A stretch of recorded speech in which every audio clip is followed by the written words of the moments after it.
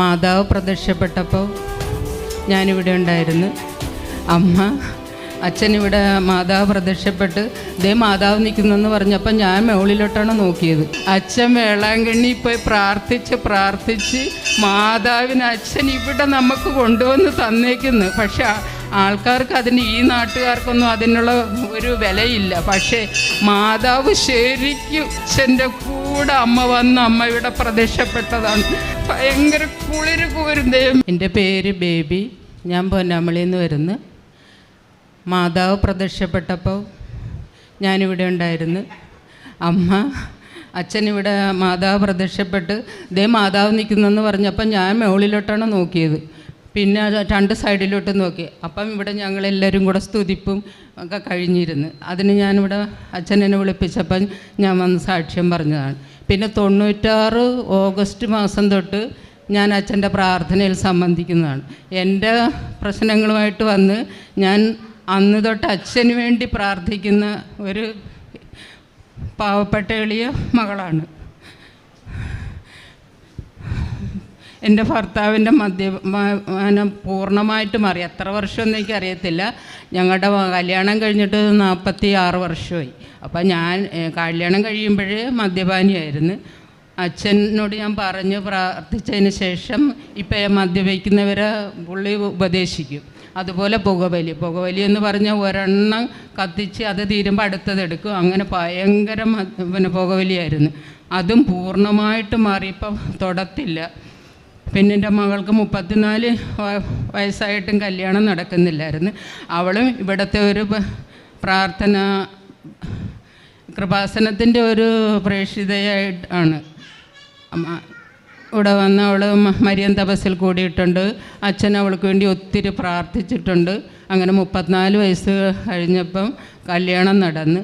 പിന്നെ ഇപ്പം ഞങ്ങൾക്ക് കോവിഡ് വന്ന്, എല്ലാവർക്കും വന്ന്.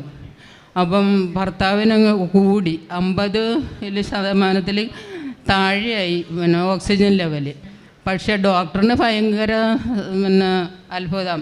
എന്തെന്ന് വെച്ച് കഴിഞ്ഞാൽ ഒരു ശ്വാസം മുട്ടലും ഒന്നുമില്ല. അപ്പം ഞാൻ എത്രയോ വർഷങ്ങളായിട്ട് അങ്ങേർക്ക് ഉപ്പ് കൊടുത്തോണ്ടേ ഇരിക്കുന്നതാണ്. ഉപ്പ് കൊടുത്തത് വേറെ ഒന്നിനുമല്ല, മാനസാന്തരപ്പെട്ട് എൻ്റെ ഭർത്താവ് ഒരു അക്രൈസ്തവനാണ്. അപ്പം മാനസാന്തരപ്പെട്ട് പക്ഷേ നല്ല വിശ്വാസിയാണ്. മാതാവിനോടും ഈശോയോടും ഒക്കെ നല്ല എന്നെ പറഞ്ഞൊക്കെ വീടും പോണില്ല എന്നൊക്കെ ചോദിച്ച് പറയുകയും പിന്നെ പ്രാർത്ഥനാ ചൈതന്യത്തിൽ നിൽക്കുന്ന ആളാണ്. പക്ഷേ പിന്നെ ഒന്ന് മാനസാന്തരപ്പെടുത്തി യേശുവിൻ്റെ കൂദാശകൾ സ്വീകരിക്കാനായിട്ട് വരണേ എന്ന് അതിനുവേണ്ടിയാണ് ഞാൻ ഉപ്പ് കൊടുത്തത്. പക്ഷേ ഇപ്പോൾ കോവിഡ് വന്നപ്പം മാതാവ് അങ്ങേരെ ഒത്തിരി എന്ന് പറഞ്ഞാൽ ഡോക്ടറിന് അത്ഭുതം. ഡോക്ടർ ചോദിക്കുന്നു, ഈ ചേട്ടന് ശ്വാസം മുട്ടലൊന്നും ഇല്ലേന്ന് എപ്പോഴും ചോദിക്കും. അപ്പം എൻ്റെ മനസ്സിലിരുന്നുകൊണ്ട് മാതാവ് പറയും, നീ എന്നും ഉപ്പ് കൊടുക്കുകയില്ലായിരുന്നാ, അതാണ് ഞാനിപ്പം നിങ്ങൾക്ക് കാണിച്ചു തന്നത്. 11 ദിവസം ഞങ്ങളെല്ലാവരും 3 പേരും കടന്ന് വീട്ടിൽ പോയി. ഇപ്പോൾ ഒരു കുഴപ്പമില്ലെങ്കിൽ ഇപ്പം ഇരിപ്പുകാരനായി പോയി. അത് പുള്ളി സ്വയം ഒരു ശ്രമം നടത്തുകയില്ല. അതുകൊണ്ട് ഭയങ്കര വെയിറ്റാണ്. അതൊക്കെ കണ്ടാണ് ഇരിപ്പായിപ്പോയത്. പിന്നെ ഇവിടെ പണ്ട് അച്ഛൻ ഞങ്ങളുടെ എന്ന് പറഞ്ഞാൽ ആദ്യത്തെ പ്രാർത്ഥനയിൽ ഞങ്ങൾ പൊന്നാമളിയിൽ നിന്ന് 11 പേര് വന്ന്.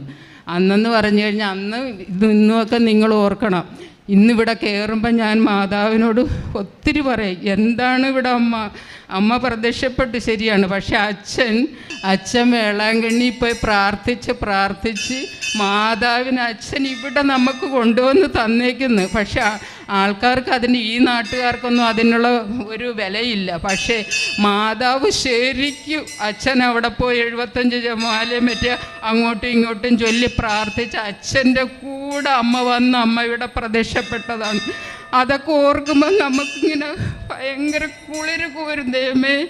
ആദ്യത്തെ പ്രാർത്ഥനയിൽ ഇവിടെ വന്നപ്പോൾ ഒരു ഷെഡ് ആണ് ഇങ്ങനെ ഷീറ്റ് വലിച്ച് കെട്ടി ആണ് ഞങ്ങൾ 11 പേര് വന്ന്. അച്ഛൻ അന്ന് 96 തൈക്കൽ പറഞ്ഞ അടുത്ത പ്രാർത്ഥന ഇവിടെയാണെന്ന് പറഞ്ഞിട്ട് അപ്പം ഞങ്ങളെ ഇവിടെ ഇതിൻ്റെ ഈ കയറിൻ്റെ ഇത് നടത്തുന്ന പെണ്ണുങ്ങളൊക്കെ ഞങ്ങളെ നോക്കി ചിരിച്ചുകൊണ്ട് പോകുമായിരുന്നു. കേട്ടോ, ഇതുങ്ങൾക്കൊന്നും വേറെ ഒരു പണിയും ഇല്ലേ.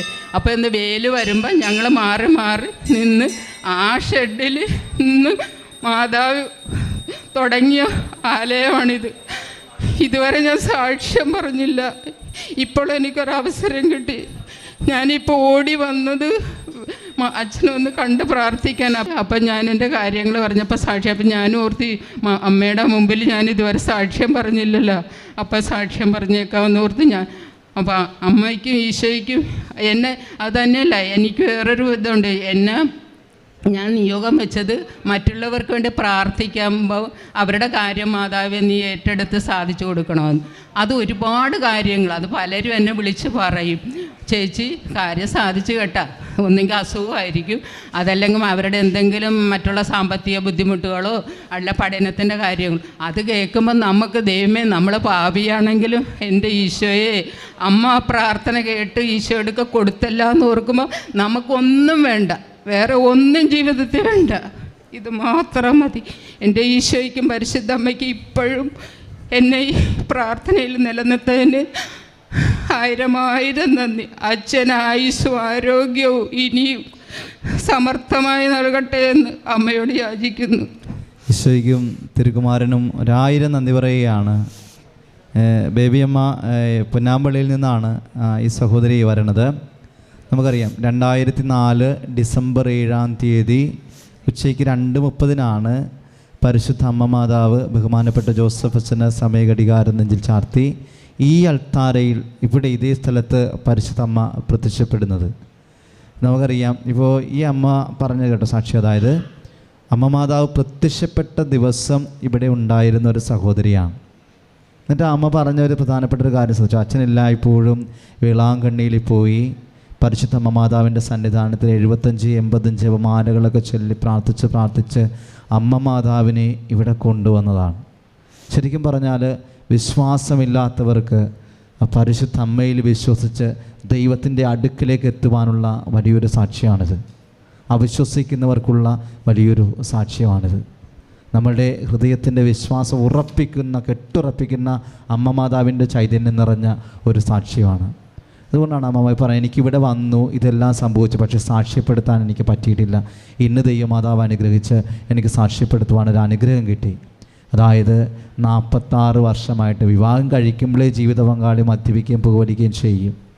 പക്ഷേ ആ നിമിഷം മുതലുള്ള മദ്യപാനം 46 വർഷമായിട്ടുള്ള മദ്യപാനം പരിശുദ്ധ അമ്മ പ്രത്യക്ഷപ്പെട്ട ആ സമയത്ത് ഇവിടെ ഉണ്ടായിരുന്ന ഈ സഹോദരി ഉടമ്പടി ചെയ്ത് പ്രാർത്ഥിച്ചപ്പോൾ അവർക്ക് അമ്മ പ്രത്യക്ഷപ്പെട്ടപ്പോൾ ഉണ്ടായിരുന്ന ഒരു വ്യക്തിയാണ്, അമ്മയ്ക്ക് അനുഗ്രഹം കിട്ടേണ്ടതാണ്. പക്ഷേ ഉടമ്പടി ചെയ്ത് പ്രാർത്ഥിച്ചപ്പോഴാണ് അത്. അതായത് ആ പ്രാർത്ഥന, ഉടമ്പടി പ്രാർത്ഥനയിൽ പങ്കുചേർന്ന് കഴിഞ്ഞപ്പോഴാണ് പരിശുദ്ധ അമ്മ അനുഗ്രഹം കൊടുക്കുന്നത്. 46 വർഷമായിട്ടുള്ള മദ്യപാനത്തെയും പുകവലി എടുത്ത് മാറ്റുന്നു. 34 വയസ്സ് വരെ മകൾക്ക് വിവാഹം നടന്നിട്ടുണ്ടായിരുന്നില്ല. തടസ്സപ്പെട്ടിരുന്ന വിവാഹത്തെ പരിശുദ്ധ അമ്മ ക്രമീകരിച്ച് നൽകി. അതോടൊപ്പം തന്നെ ജീവിത പങ്കാളിക്ക് മദ്യപാനം മാറുന്നതിന് വേണ്ടി പലപ്പോഴും ഇങ്ങനെ ഈ ഉപ്പൊക്കെ കൊടുക്കുമായിരുന്നു മാനസാന്തരം ഉണ്ടാകാൻ വേണ്ടി. അപ്പോഴും പക്ഷേ ഈ കോവിഡ് വന്ന സമയത്ത് ഓക്സിജൻ ലെവൽ വളരെ താഴ്ന്നു പോയിട്ട് പോലും ഒരു ചുമയോ ശ്വാസം തടസ്സമോ ഒന്നുമില്ലാതെ ഡോക്ടർ അതിനെ അതിശയിച്ചെന്നാണ് പറയുന്നത്. അപ്പോൾ ഈ അമ്മ പറയുകയാണ്, വെഞ്ചരിച്ച് ഉപ്പ് ഞാൻ എപ്പോഴും കൊടുക്കുന്നതിൻ്റെ കൃപ അമ്മ മാതാവ് കൊടുത്തതാണ്. വലിയൊരു സാക്ഷ്യമാണ്. നിങ്ങൾ വിശ്വസിക്കണം. ഇവിടെ വന്നിരിക്കുന്നവർക്ക് വിശ്വാസത്തിൽ അടിയുറക്കുവാൻ ഇപ്പോൾ നിങ്ങൾ അമ്മ മാതാവിനെ നോക്കണം. അമ്മ മാതാവിൻ്റെ സാന്നിധ്യം നിങ്ങൾ തിരിച്ചറിയണം. അമ്മ മാതാവ് നിങ്ങളുടെ ജീവിതത്തിൽ ഇടപെടാൻ പോകുന്ന ആ നിമിഷത്തെ തിരിച്ചറിയണം. എന്നിട്ട് ത്രിയേക ദൈവത്തിന് നിങ്ങളെ സമർപ്പിച്ച് ഉടമ്പടി ചെയ്ത് പ്രാർത്ഥിക്കണം. പരിശുദ്ധമ്മയുടെ വലിയ കൃപയും കാരുണ്യം ഒന്നും ഉണ്ടാകട്ടെ. ഈ അമ്മയ്ക്കും കുടുംബത്തിനും എല്ലാ അനുഗ്രഹവും ഉണ്ടാകണമെന്ന് പ്രാർത്ഥിച്ച് നമുക്ക് സ്തുതിച്ച് പ്രാർത്ഥിക്കാം. യേശുവേ ആരാധന, യേശുവേ സ്തുതി, യേശുവേ